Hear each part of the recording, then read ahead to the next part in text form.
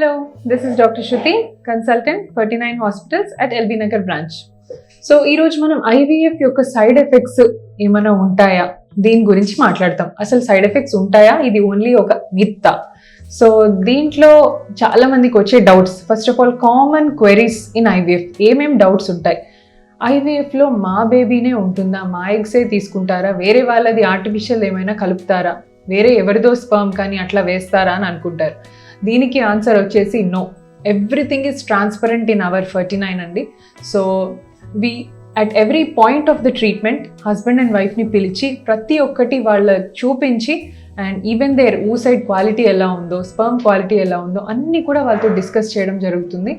Even IVF treatment తీసుకున్న తర్వాత embryo form అయినాక కూడా we'll show the couple. So these many embryos చక్కగా మానిటర్లో వేసి ఎన్ని ఎంబ్రియోస్ ఉన్నాయి, ఎలాంటి క్వాలిటీ ఉన్నాయి, అన్ని ఎంబ్రియోస్కి కూడా ర్యాంక్ ఇవ్వడం జరుగుతుంది అనమాట. ఇది నెంబర్ 1 ర్యాంక్ ఎంబ్రియో, ఇది నెంబర్ 2. సో ఇవన్నీ కూడా మనం వాళ్ళకి క్లియర్గా చెప్తాం కాబట్టి దీంట్లో ఏదైనా ఆర్టిఫిషియల్ థింగ్ ఉండడము, వేరే వాళ్ళకి వేయడము అనే డౌట్ మాత్రం మీకు అసలు అవసరం లేదండి. Everything is transparent here. One more thing, IVF treatment చేయించుకుంటే చాలా బెడ్ రెస్ట్ తీసుకోవాలా, వర్క్కి లీవ్ పెట్టేసి ఇంట్లో ఉండాలా, ఇది కూడా అడుగుతారు. Absolutely no. సో మీరు ఏ రకమైన రెస్ట్ తీసుకోవాల్సిన అవసరం లేదు. బెడ్ రెస్ట్ అస్సలకే మనకి అవసరం లేదండి. Because IVF is nothing but it's just like a natural pregnancy.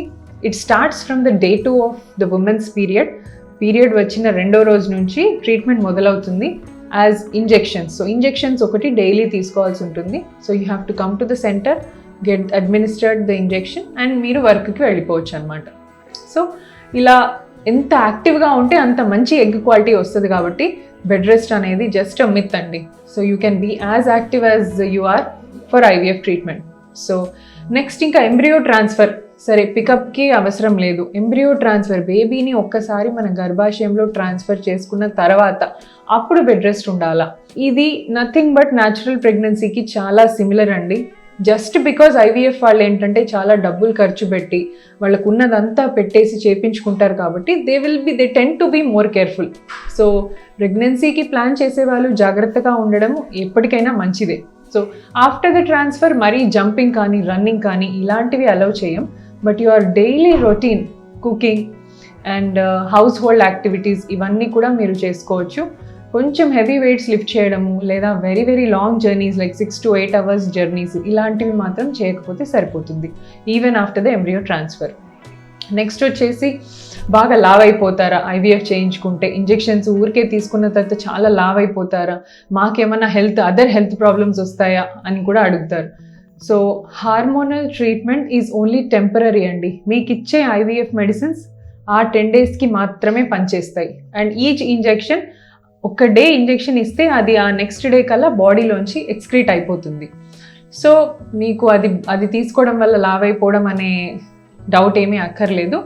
But because మీరు పీసీఓడి వల్ల ఐవీఎఫ్కి వెళ్తే పీసీఓడి ఉన్న వాళ్ళలో బాడీలోనే టెండెన్సీ ఉంటుంది, ఇన్సులిన్ రెసిస్టెన్స్ ఉంటుంది కాబట్టి పీసీఓ వాళ్ళు కొద్దిగా న్యాచురల్గానే లావ్ అయ్యే ఛాన్సెస్ ఉంటాయన్నమాట. But not because of the IVF treatment. So ఇది ఒక doubt.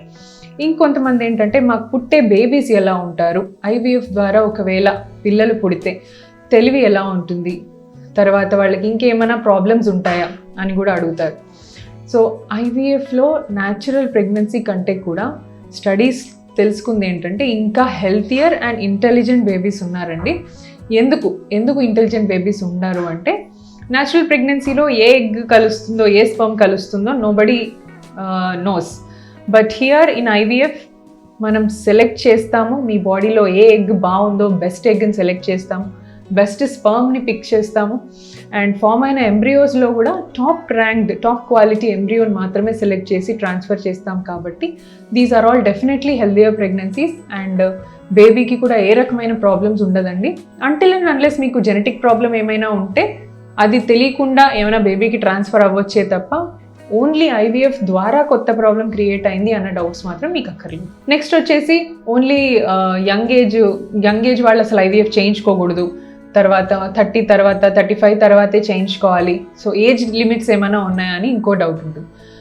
Right from age 21 till age 50 you are eligible for IVF procedure. మీకు యాజ్ యంగ్ యాజ్ 21 years నుంచి మోర్ దెన్ 21 ఇయర్స్ నుంచి యాజ్ ఓల్డ్ యాజ్ 50 ఇయర్స్ వరకు కూడా మీరు IVF procedure చేసుకోవచ్చండి.